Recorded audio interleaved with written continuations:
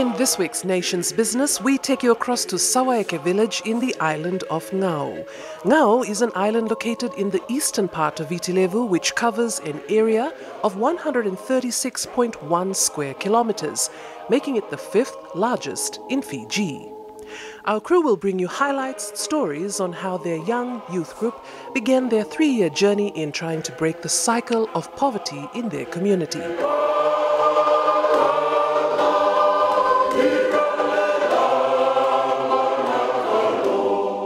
Breaking the cycle of poverty is now a possibility for the youths of Sawaeke village in the island of Ngau, in the province of Lomaiviti, in the eastern division of Fiji. Energized by the sudden rise in the price of kava in Fiji, more than 50 farmers of Sawaeke Youth Group have grabbed the opportunity to commercially farm their land with thousands of kava plants for 3 years. They credit their success to the use of the three-legged stool concept by Fiji's late former statesman Ratu Sir Lalasukuna.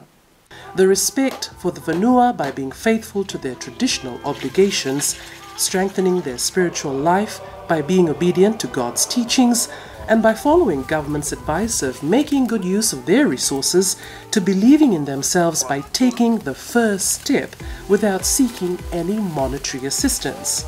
After 3 years of pure hard work and sweat, today the youth of Sawaeke are reaping the fruits of their labor.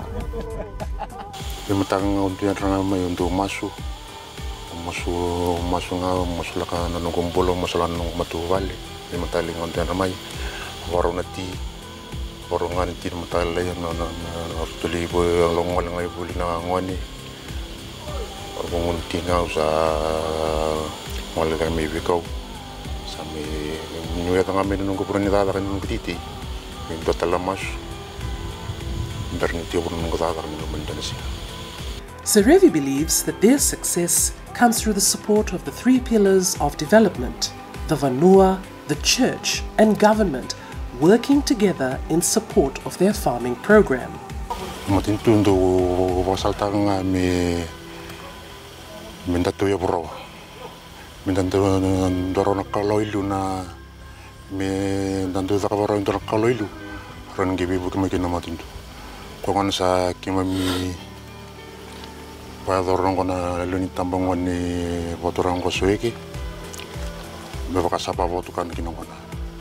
Wabinabinakani sarau ni umbutu kamo na mundu ititi na singani kwa. Wabinabinakatati kona kena sama ingarabira wendo na itubutuwa.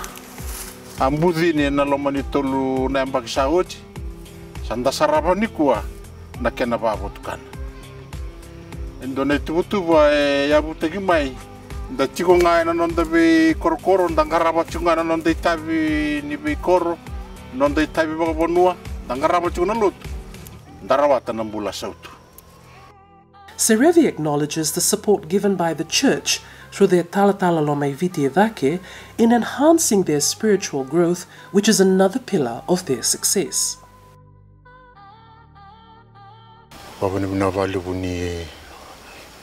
Roni tuni ke roni babina vali bona lutu ni roni tona wakasa ma roni bita mai miki aka mi roni roki na pata tambungo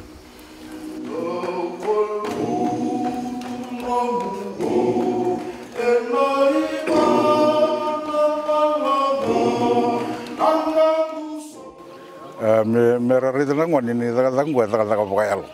Eseni kawala ngamembla tana bayang tinggal. Era sematan bakasa manibika voyal mero nir bukan ditakan nir daga batikin kelu libunaka era da buso kina non robonu ubambauta ni itarai bititu na vetalanoa na rebu ni vika ni bogadora na vida na mala saoti no ni sebu na monua o ni sebu talengai na lutu. Tarai biti, tarai mura na bono retuki na kawitauke. Ara sarama chikung mai na mona liba na be kai bagadori. Kemo na palu ni kemo mesotava na ni mami na ni wasawasi na mai vitia da keroni e mai luti kima mi babina kana ni ko mitumbiri ba ran kima mitumbiri ba yalo ena buku ni mai tatar kima mi liba chiki no ngona ni mai program kemi tumbiri sarba bina ba yalo me pertuna me bona pertuna lut. The youths of Sawayaki believe that respecting the Vanua is another important pillar of their success. The Vanua made a traditional ban or taboo on kava drinking for every 3 months, which energizes the youths to wake up fresh in the morning and fired up to do their farm work. Naka mewana vatatambu e na vivatora tengo ortuna turani Vanua sa suliana na non tu wasala ina puni vatatambu na ndoni wana madhawa endo ngaraviki na ititi na vivulo tulu sandu wadingu saranga na itamongo ni me ena kena ngunu bina ngona me va tuwaro na itamongo ni rava ngolewe tu ndoni tubutua me bina kati na non tu bugini bula ka ko ni rava ngata na ngona karanga ngaravo ni tubutua na sinro bina kina inaki te woni bina ka kena bonua dawa wamaru na Vanua ni ngauna wa tau na lewa ka tura vita tu na sasaka the sanga manda rawata na the tigo binaka ni singa ni mataka ko go mota ni sando ni vure ni ko liu na tura vita kata na Vanua kera soli ni wasala ka yana vindi smaken kana ngauna tondo bina liu. Serevi believes that the traditional communal work of Solisolivaki or Vela Lavi is a better option that enables them to increase their yield on their farms, moving them from subsistence farming to commercial farming. Ne pasalanga artundu sulena na maminturani Vanua. Artundu lepunangona sonangona artundu sulanga bikimami lepunangona ngani ngalala. The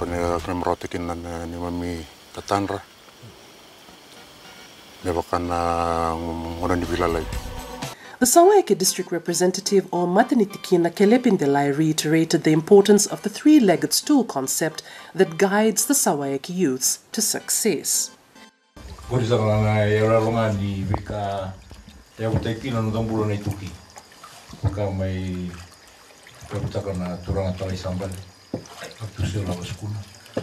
Na dulu tu sena three-legged stool concept na Vanua na matinitu kina lotu yoka ertu sena rawa batang na sena rawa itu na dali tulu na sena dela karoro yoka bawa itu na batang ikuan nonto tosu ni kuah ya banding tak sena rontos dulu na matinitu sena rontos dulu na Vanua. The Sawayaki district representative, who was part of a government-sponsored tour for a few weeks in Korea, said the model used by farmers in Korea is similar to the three-legged stool concept advocated to the Tauke by the late Ratu Lala Sukuna.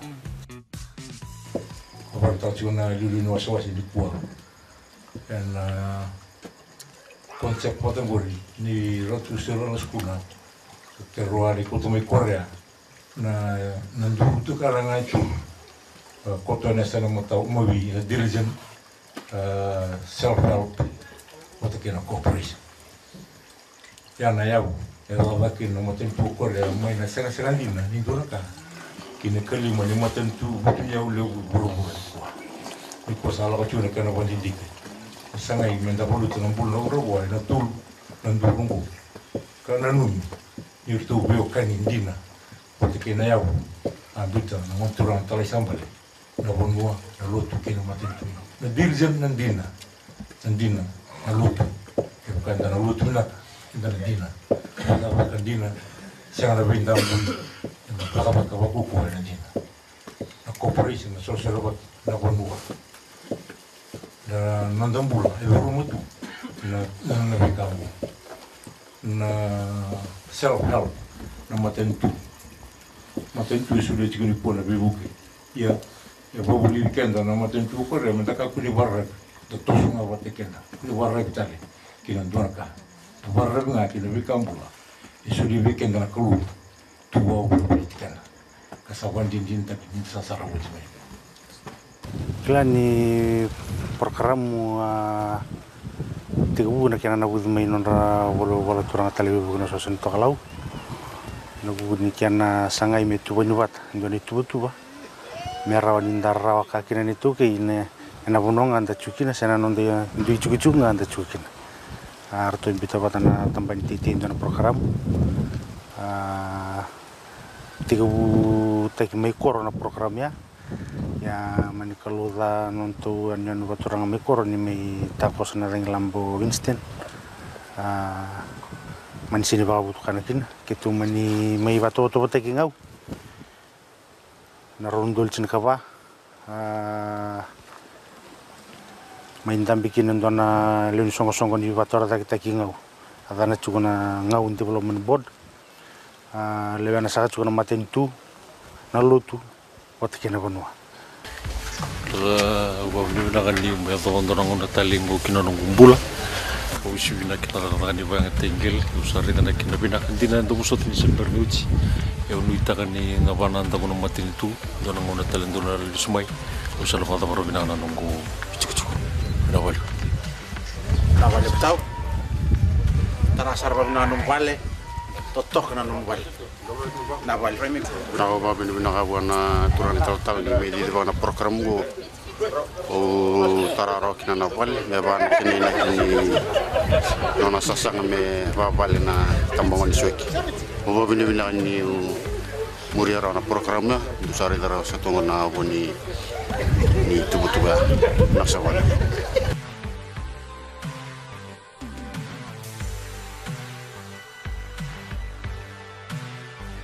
Oba bina ka bali ko na boni program mai na budi na ndona ngona na budana turana talangkasi pertubi buke kina ortona maten na valisi suba maten tu neno ngau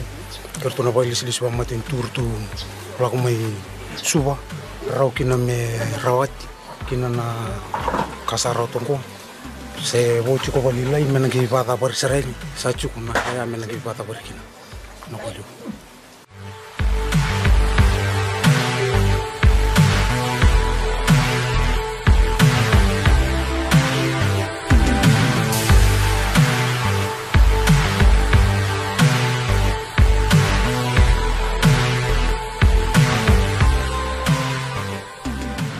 naka na wale na sinkua na bukuni program mingarabina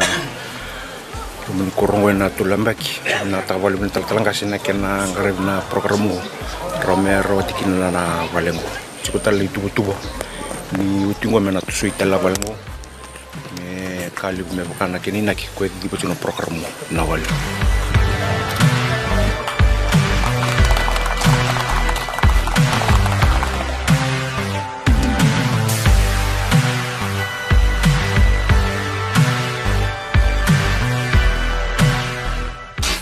Nawal na tubutuba mituba ningor tu sembo chuna lutu na bono kena matentu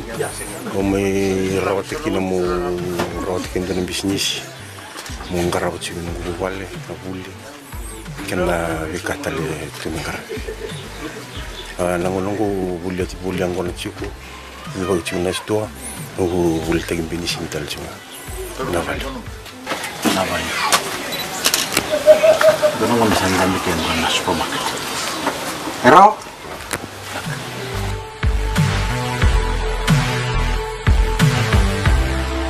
Maka kita butuh lawan dulu nama bunyi program karena jadi saya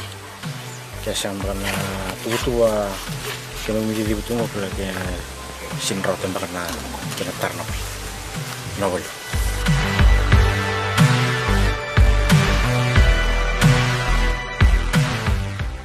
Don't go away as we delve into the success story that is inspiring youths of Sawaeke. Naka walang go rota ngay na ito kunin na kuno pati nalot. Siyempre kini si Bahot. Abrim na balik na bitu ko ni Ngarab.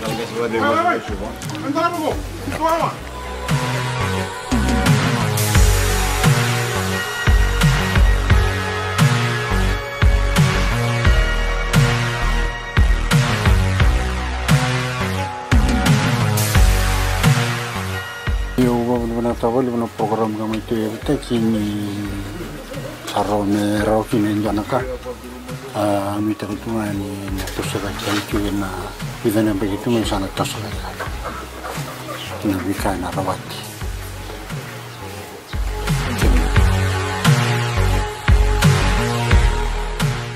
eu na Italian wabil binakta na tu ni titi amo imbu na lomanin bagi tulsauci o sa mani mai rota togin ko na woningel ese bo chigo na sangal lomanin bagi ko mo bo chigin na tatan chugin ko binakol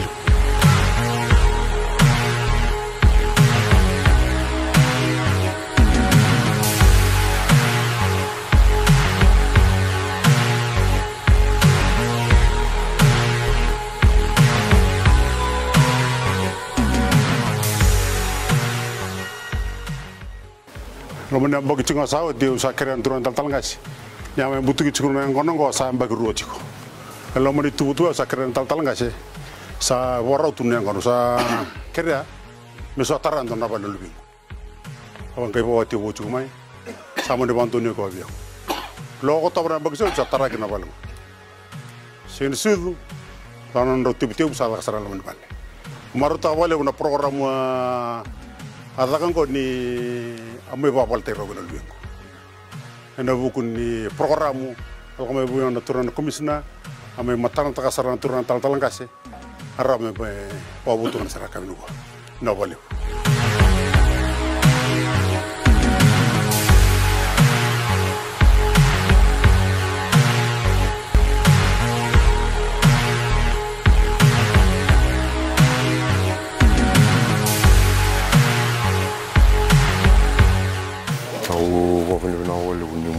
na program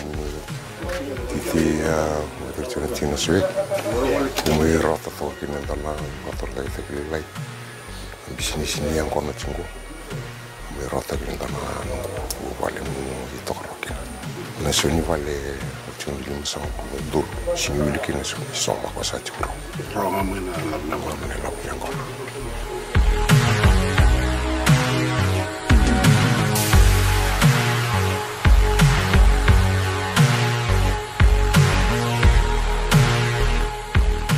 na tawali pun ni loko cuma ngoka ni mai bambasi katak Indonesia betua kasi nga tu ni matating na vino na sawut sanga mai ba matatatanggo na bi kay rawat mai nanggel ka samel ruitungo na betukan na bukan dindi na tak na ilabo roy nanggel ko rawat tina na walang ngoka pun na bali pun ni loko mai ngoka ka dapat juga ada bukan binak ni mai laurai na taka venilinga anu bikang ai tukuna na kalu muka na minum bunon nyandrim kau bukan din taga kina ena kabini kuah nambuno kena ita minang gele kau yang baca kina na walengo lebih bangani kau biar berita ka bangani kena lip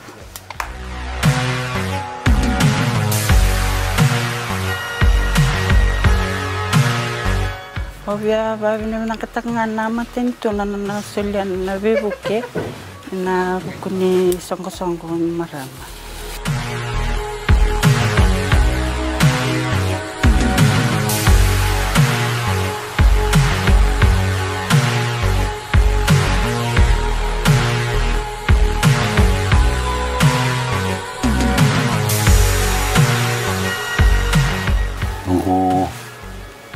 na lurungu wa tengona uro tiki ne ono songo bulundulu e tuo no witata en yangona uro tiki na livni lava sa menle somagin na lurungonge wa tebe ona FTB.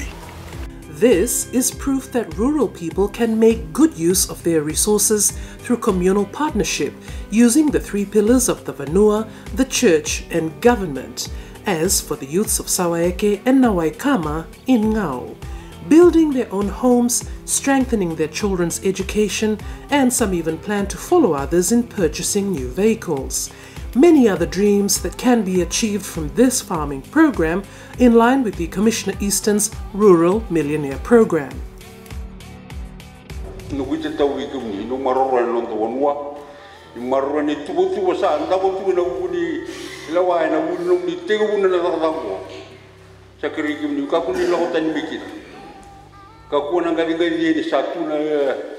Leila wino na tanga no mo tigo na bika no sa tigo ki mbale go sa bakalu ngata go tina kalu le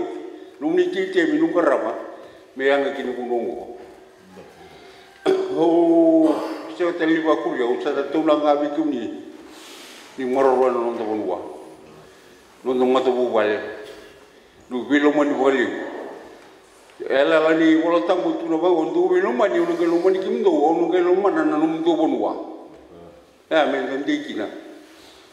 sing tali no lo bosa mono tu lo sa mi tani sana de duru mi kenda na lo bosa le gele ka ro da o sa mi ro da bi kumi no sa mi to da bu di bono go bi kumi no da duru welo nganga linga nganga wala ta ka no bono go na bi no sa tu go na bi no sa tu bi mu le bu di bosa tu da ra no ku tu tu ra no bono go ndelan ro tu la ula ndo kai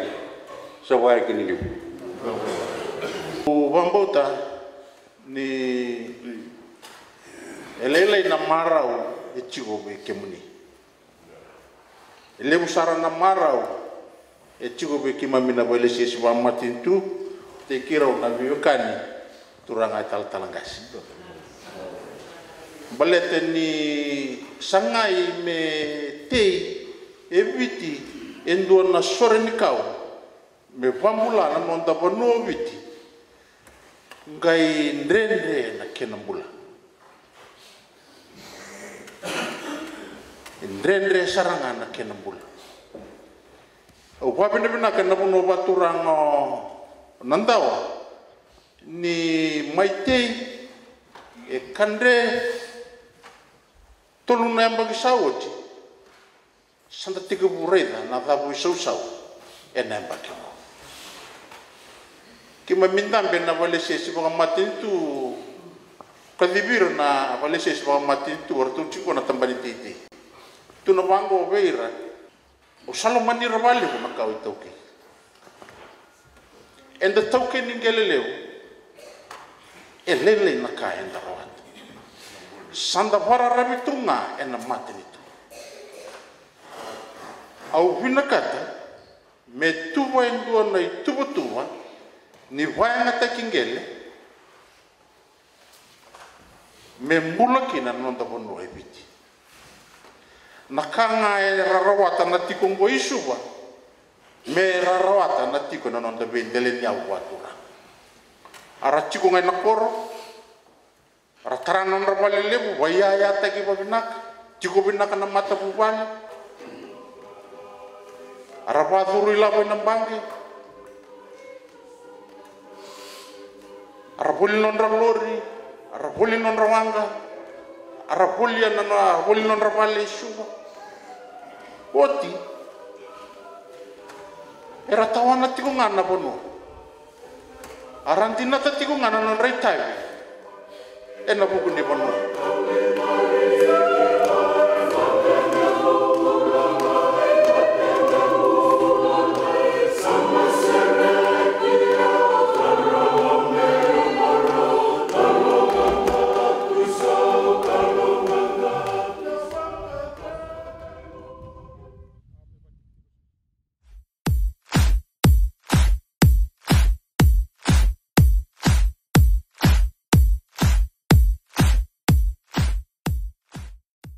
Amen.